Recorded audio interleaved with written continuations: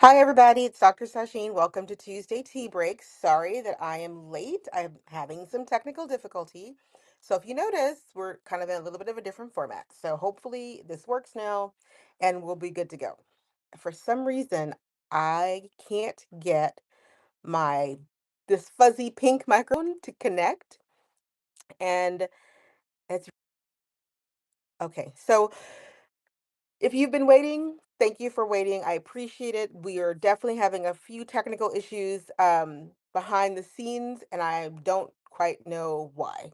So hopefully you can hear me. I'm not even sure if y'all can hear me. So if you can hear me, please say, "Oh, hi, Michelle. Yay, thank you." Okay, so you can hear me. So we're gonna go with that. Good morning. Good morning. Good morning. Wow, it took a little bit more work to get into the live stream this morning, so I'm not really sure why. The Usually we come in via a third party app called StreamYard. You usually see the little duck up in the corner. But for some reason, my StreamYard and my YouTube decided not to talk to each other today. So I've been trying to figure out why. And then, secondly, I can't get my lovely pink fuzzy microphone to connect through YouTube so that you can hear me better. So I don't know what the quality of the sound is like. So if you can't hear me well or something goes out, please just let me know. It's a little bit of a discombobulation this morning, but we are here. We are, hang on a second, let me turn off some of these things that um I've been trying to work through. Anyway, we're here, we're drinking, we're having a good time, we're hanging out. Good morning, good morning, good morning. It's Dr. Sasheen. Welcome to Tuesday Tea Break, your 30-ish minutes of peace in a chaotic field week, because Mondays, everybody is already in dread. So by Tuesdays, we need a place that we can grow the moat around our peace-filled castle. And so we're here. We're not having tea this morning. We're having a smoothie. I got my workout in, and then I didn't really get a chance to eat anything between things because I was trying to deal with the discombobulation that was our technical difficulty. So I made a smoothie. Mm, that was worth waiting for. So welcome back to Tuesdays. Today I wanted to talk to you about, did you crunch your numbers yet? In this place of peace, one of the most important things I think that we can do for ourselves is pay attention to the important pillars of our life and um, keep our eyes on the prize. Now, if you're new here, if you're joining us for tea break and you're new here, one of the rules of this channel is rule number one, which is normally on a nice little ticker at the bottom of the screen. Rule number one is that your peace is non negotiable. What that means is you're going to spend some time, especially today, but every day, making sure that the things in your life that bring you peace are front and center. And the things in your life that mess with your peace, which is rule number two, that nothing and no one gets to mess with our peace. Sometimes I use a little more colorful language. Today I'll keep it PG because I'm streaming directly into YouTube. And sometimes YouTube can throw up, things if you get too not PG in your language. Okay, so rule number one, your peace is non-negotiable. And this is hardcore around here. We don't play. Rule number two, nothing and no one gets to mess with your peace. And so as you are going through your day and you're practicing rule number one, sometimes things come along. They want to like throw you off your game a little bit, make you not quite as peaceful as you would like to be.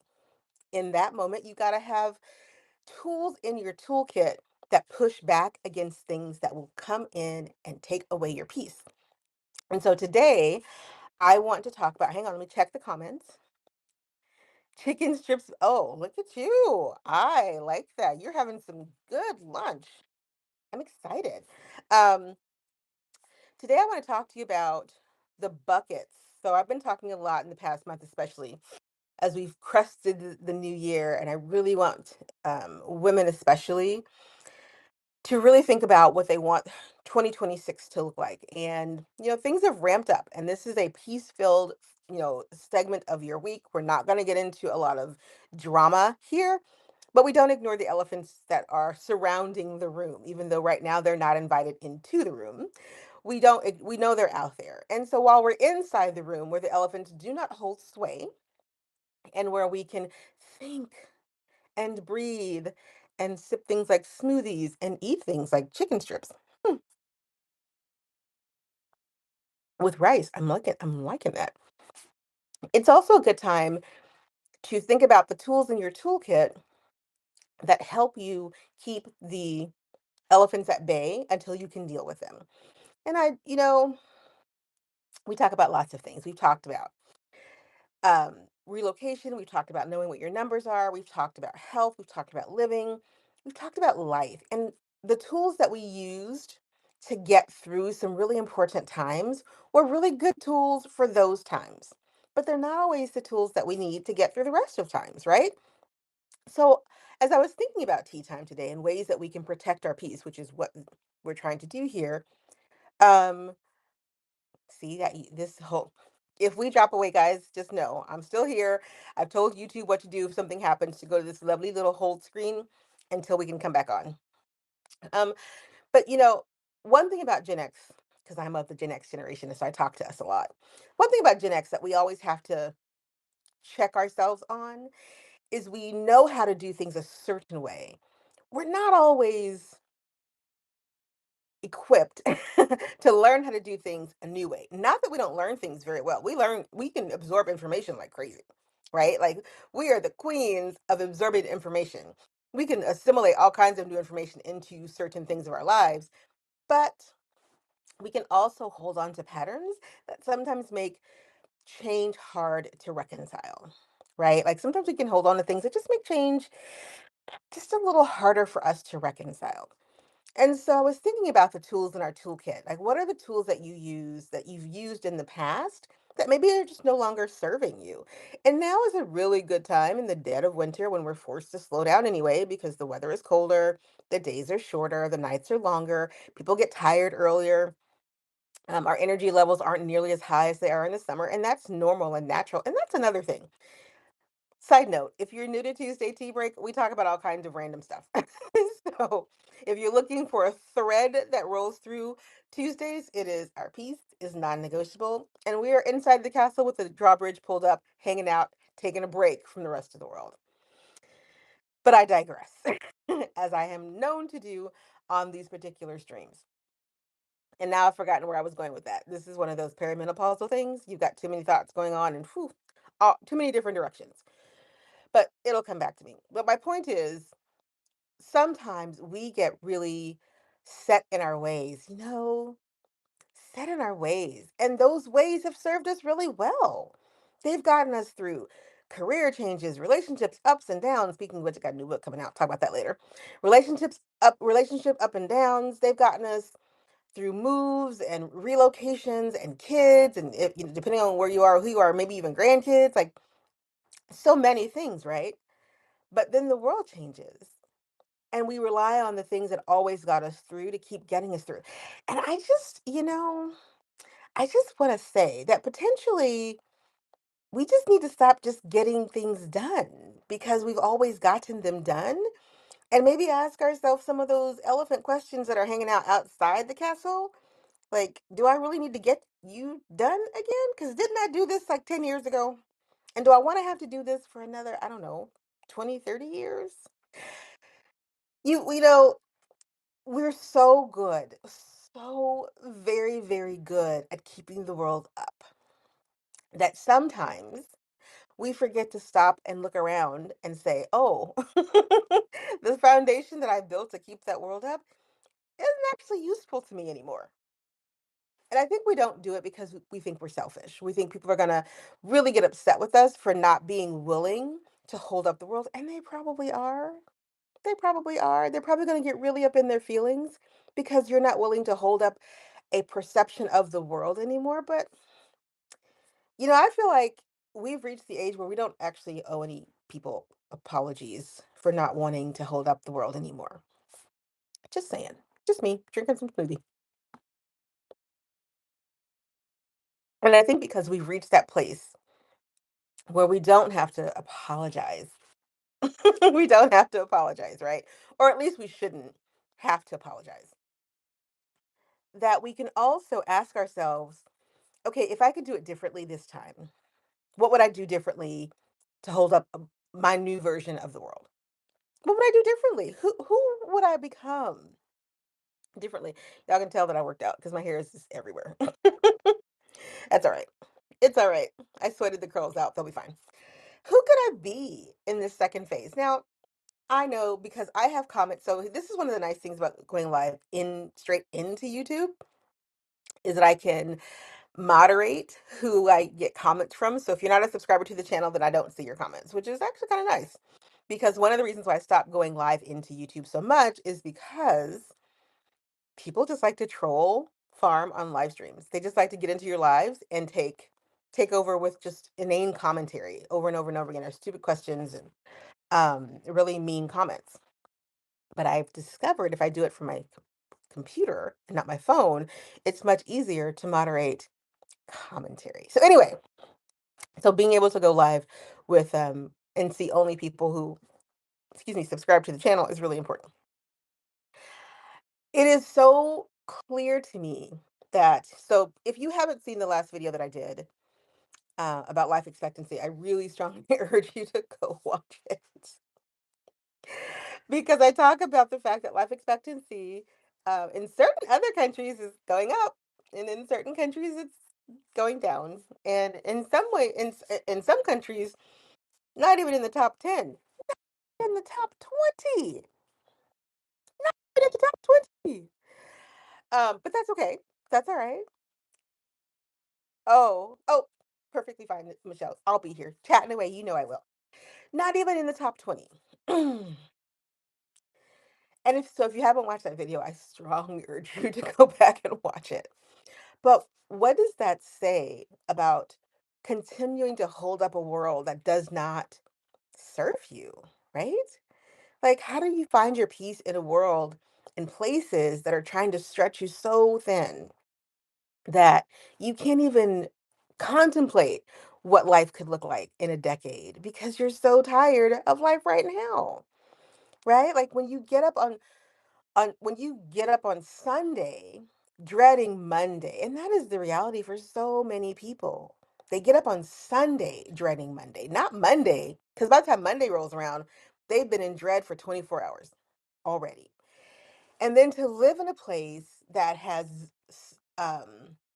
made efforts, or not efforts, decisions to make that life that you get up for on Monday, that you got up for on Sunday and you get up for every day, but to make that life harder, not easier, to make it harder.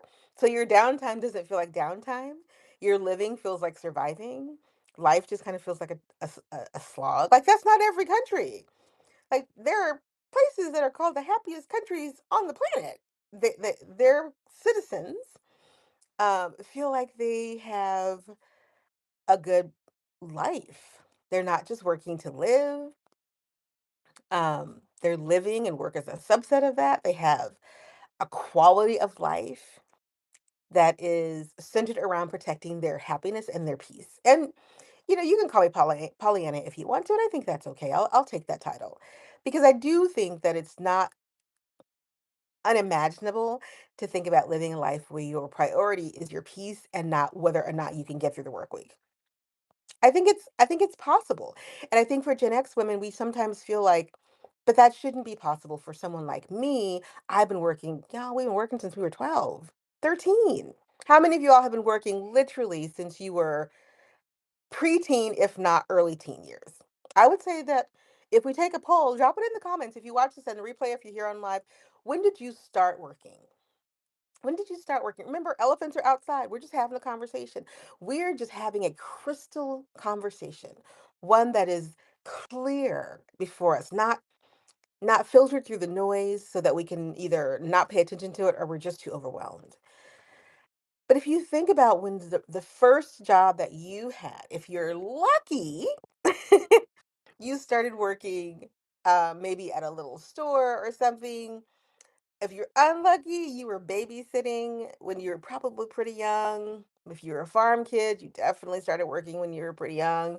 If you're a city kid, you're working when you're pretty young, right? Like we started working so young, so young.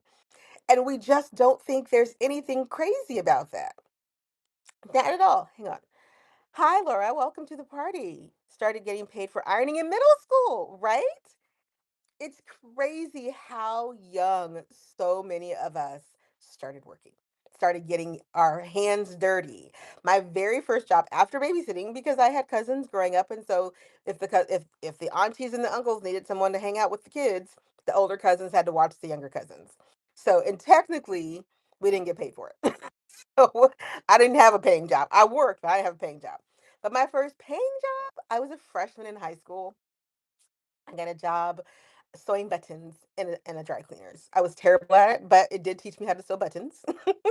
Hey, Cicely. Welcome back, Michelle. Um, I got paid to sew buttons. I was terrible at sewing buttons, but I got better at it, which was great. I also took home economics in high school. For those of you who are of a certain generation, I took home economics. I took shop class. Before that kind of stuff phased out, I know how to make a pillow. Don't know how to make much else when it comes to sewing. I mean, for some people, sewing was easy. For me, bookshelves were easier.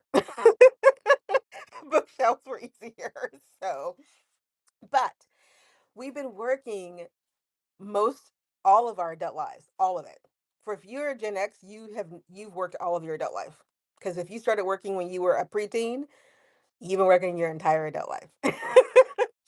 And so now, as we look at listen, I loved home economics class. Let me just get in here, Cicely, since you brought it up. I loved home economics class because I could do all of that stuff except the sewing part. The sewing part was never easy for me, which should tell you something about the Gen X people. I didn't know how to sew buttons when I took that job at the dry cleaners. I told those people I could do anything. I could do anything because I was a quick talker. I was a debater. I was in a debate for 6 years, 4 years. Did all the debates. So I could talk. I could talk and argue my way into anything. Got in there to sew those buttons, and I didn't know how to line up the little buttonholes with it was crazy. Luckily, I was enrolled in home ec. Enrolled in home ec, but I wasn't quite there to the buttons yet. But luckily, I worked in the um, dry cleaners, and one of the ladies took pity on me. She's like, "You don't know what you're doing. You have no idea what you're doing." And I didn't, so she showed me how to sew the buttons. So now I can sew buttons. I can sew lots of things now. But at the time, I was 14. I didn't know how to sew a button. My mom sewed the buttons on. If button popped off, I gave it to my mom. She sewed the buttons back on. But home economics definitely taught me how to sew a seam, right? How to put things back together. I was never going to be a fashion designer, but if something got a hole in it, I knew how to fix it. I know how to put pieces of fabric back together so that at least you can continue to wear them if you need to, right? Because we figured things out. And so I was going to figure out, I was going to figure out how to do this little job that I had. I didn't last very long in the dry cleaners. Just so we're clear. Just so we're clear, I did not last very long in the dry cleaners. Didn't happen. But that's okay because I just walked across the street and got a job at the Cinnamon Sam's. So I went from sewing the buttons to making cinnamon rolls. And I didn't know how to do that either when I got the job. But that's what we did, right? We were those kinds of kids. We needed a job. There were things that we could do, skills that we could pick up, skills that we could learn. Um, we knew how to do it because we had to be independent. We were the latchkey generation. We didn't come home to people waiting for us to do much of anything. We came home to, when you get home, make sure that and there was a list of things for us to do, a list of chores. And if we were unlucky, a list of chores and homework and dinner and, right? Hang on, let me catch up with some of these comments. We were also with the silent generation elders. Yes, yes. Having a job was the goal, not having a career. That's right. That's exactly right. Having a job was absolutely the goal. They didn't give two hoots about corner offices and lunch breaks at whatnot. And it was get a job that is going to pay your family out of poverty. Because you're right, out of the depression era living. It wasn't about can I work my way up the corporate ladder. It was, can I get a job that allows us to have a decent standard of living so that we're not poor and broke and poor at the same time. That's our generation, can do independent. That's exactly who we were. And we've carried that. We've carried that over. Laura, I think that's an interesting point because though imposter syndrome didn't cross our mind when we were little, absolutely not.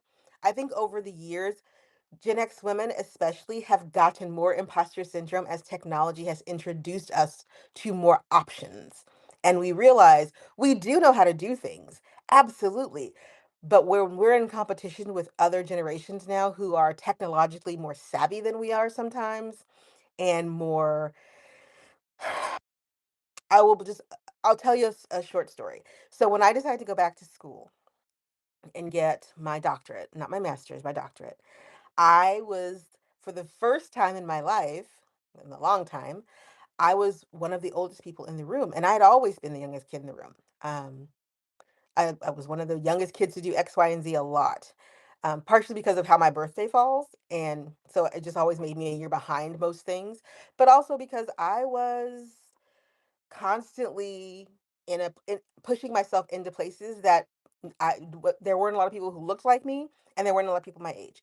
But when I went to get my PhD, I realized that something had happened. I had shifted categories, and I was no longer the youngest kid in the room. I was in this PhD cohort with other PhD candidates who had never left school yet. They had it went from bachelor's to master's to PhD. I was in my mid 30s when I decided to go back to school and get my PhD. And some of these people were in their late 20s. And all of a sudden, I was looking around me, realizing that somewhere I had jumped over a barrier that I didn't see. And I was having to navigate in a new space. And imposter syndrome rears its head when you are in the hotbed of certain situations, right? Especially when you don't know what you don't know yet. And when you go back to school for anything, you just don't know what you don't know yet. You really don't.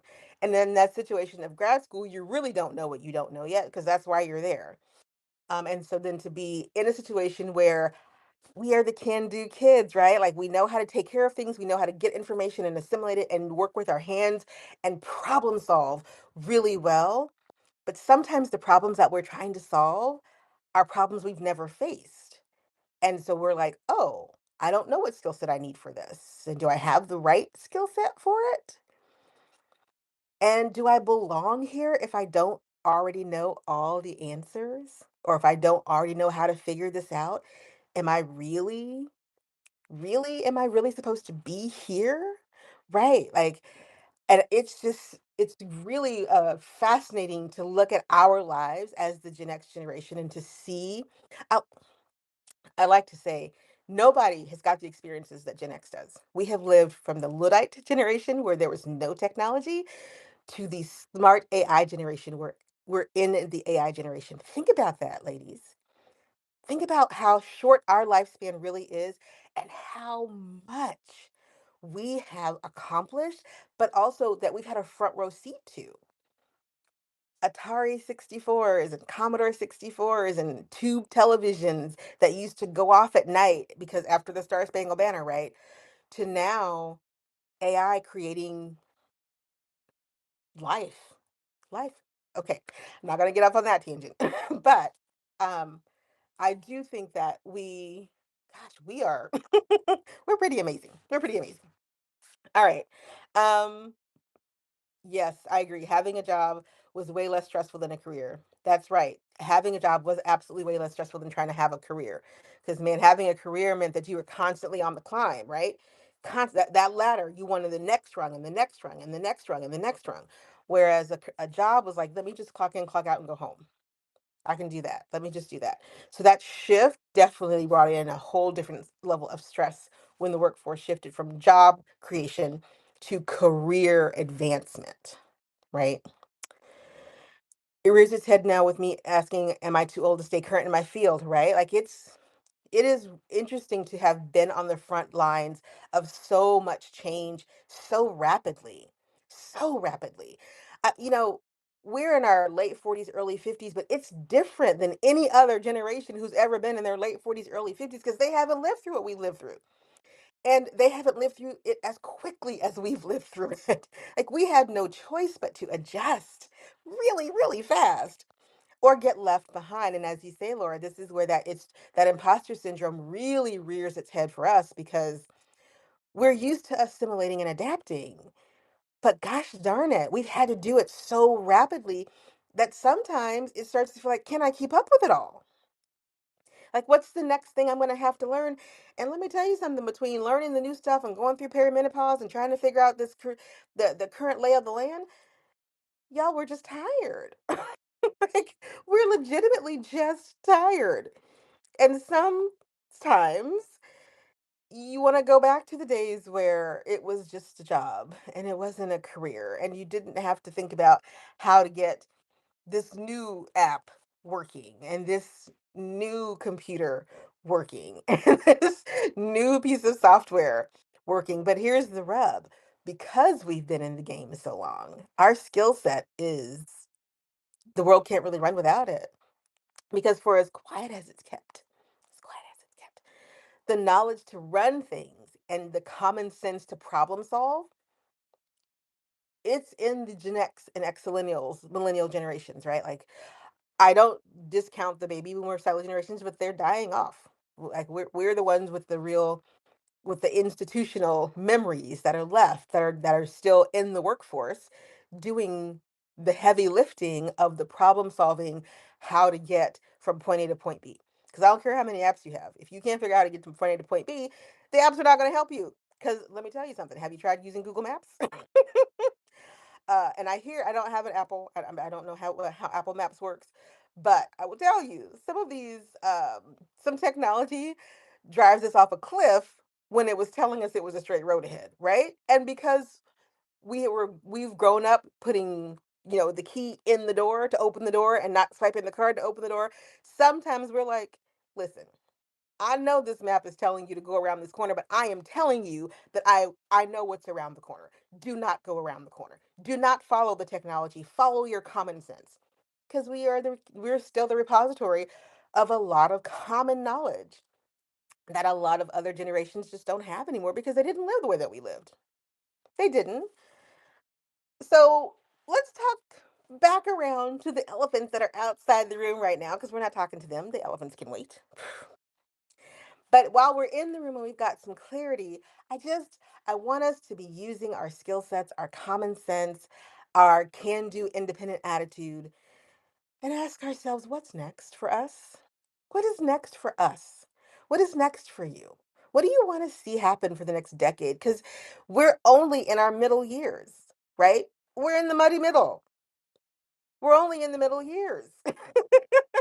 So what's next? Are we going to keep doing the same thing for the next 30 years that we've been doing for the past 50? I don't know about y'all, but that I'm tired thing, that's real. Oh, I'm going to be talking about this on Thursday, but I'm going to give you the preview.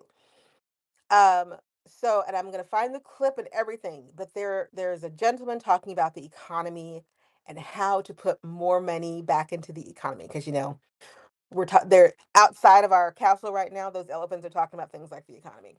And this man had the audacity, and I say that with my whole chest, the audacity to say, if people went to work a year earlier and would work past retirement for at least one more year past their designated, and I'm using the air quotes because y'all know retirement is going up, past their designated retirement age, we could pump another $1 trillion back into the economy.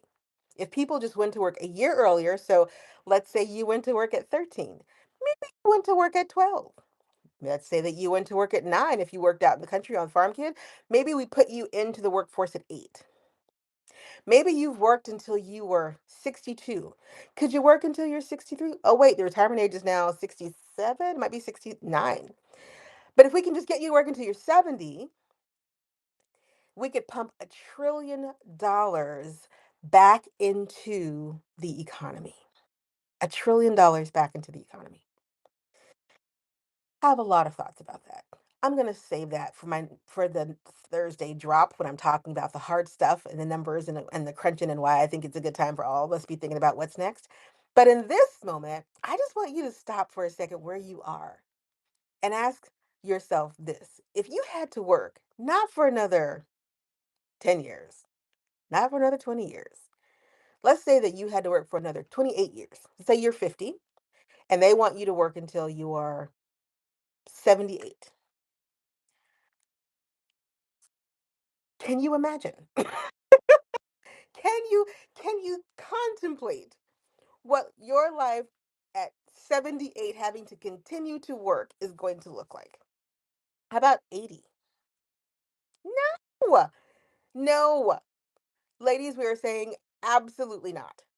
Absolutely not. So that I can what? Fund AI data centers? Y'all are crazy. Y'all have lost your minds. Y'all have lost your minds. Not doing it. Absolutely not. We're not doing it.